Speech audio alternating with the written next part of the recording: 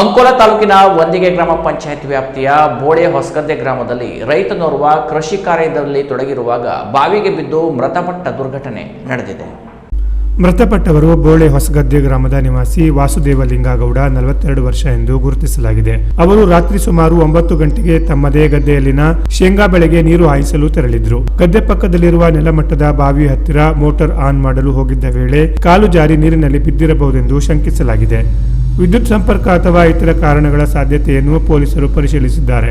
ಈ ಕುರಿತು ಮೃತನ ಚಿಕ್ಕಪ್ಪ ಬಾಬು ಸೋಮುಗೌಡ ಅವರು ಪೊಲೀಸ್ ದೂರಿನಲ್ಲಿ ಘಟನೆ ವಿವರಿಸಿ ಕಾನೂನು ಕ್ರಮ ಕೈಗೊಳ್ಳುವಂತೆ ಮನವಿ ಮಾಡಿದ್ದಾರೆ. ಘಟನಾ ಸ್ಥಳಕ್ಕೆ ಸಿಪಿಐ ಚಂದ್ರಶೇಖರ ಮಠಪತಿ ಹಾಗೂ ಪಿಎಸ್ಐ ಗುರುನಾಥ್ ಹಾದಿಮನಿ ಭೇಟಿ ನೀಡಿ ಪರಿಶೀಲನೆ ನಡೆಸಿ ಮುಂದಿನ ಕ್ರಮ ಕೈಗೊಂಡಿದ್ದಾರೆ. ಶವವನ್ನು ಮರಣೋತ್ತರ ಪರೀಕ್ಷೆಗಾಗಿ ತಾಲೂಕು ಆಸ್ಪತ್ರೆಯ ಶವಾಗಾರಕ್ಕೆ ಸಾಗಿಸಲಾಯಿತು. ಈ ವೇಳೆ ಸಾಮಾಜಿಕ ಕಾರ್ಯಕರ್ತ ವಿಜಯಕುಮಾರ್ ನಾಯ್ಕ ಹಾಗೂ ಸ್ಥಳೀಯರು ಸಹಕರಿಸಿದರು.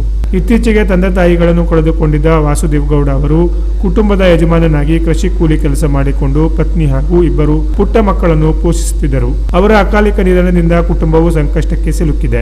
ಬಡ ಕುಟುಂಬಕ್ಕೆ ಸರ್ಕಾರದಿಂದ ಯೋಗ್ಯ ಪರಿಹಾರ ನೀಡಬೇಕೆಂದು ಸ್ಥಳೀಯರು ಆಗ್ರಹಿಸಿದ್ದಾರೆ. ಹಾಲಕ್ಕಿ ಸಮಾಜದ ಪ್ರಮುಖರು, ಹೊನ್ನೆಬೈಲ ಸೇರಿದಂತೆ ಸುತ್ತಮುತ್ತಲಿನ ಗ್ರಾಮಗಳ ಗಣ್ಯರು, ಊರ ಗೌಡರು, ಸಂಬಂಧಿಕರು ಹಾಗೂ ಹೊಸಗದ್ದೆ ಸಮೀಪದ ಮೂರ್ತಿ ನಾಯಕ್, ಬೊಮ್ಮಯ್ಯ ನಾಯಕ್, ಮರಿ ನಾಯಕ್ ಸೇರಿದಂತೆ ಅನೇಕರು ಸ್ಥಳಕ್ಕೆ ಭೇಟಿ ನೀಡಿ ಸಂತಾಪ ಸೂಚಿಸಿದರು. ನೂರಾರು ಗ್ರಾಮಸ್ಥರು ದುಃಖ ವ್ಯಕ್ತಪಡಿಸಿದರು. ಸುದ್ದಿ ತಿಳಿದ ಶಾಸಕ ಸತೀಶ್ ಸೈಲ್ ಅವರು ತೀವ್ರ ಶೋಕ ವ್ಯಕ್ತಪಡಿಸಿ ಮೃತ ಕುಟುಂಬಕ್ಕೆ ವೈಯಕ್ತಿಕ ನೆರವು ನೀಡುವುದಾಗಿ ಹಾಗೂ ಸರ್ಕಾರದಿಂದ ಸಾಧ್ಯವಾದ ಪರಿಹಾರ ಒದಗಿಸುವ ಭರವಸೆ ನೀಡಿದ್ದಾರೆ.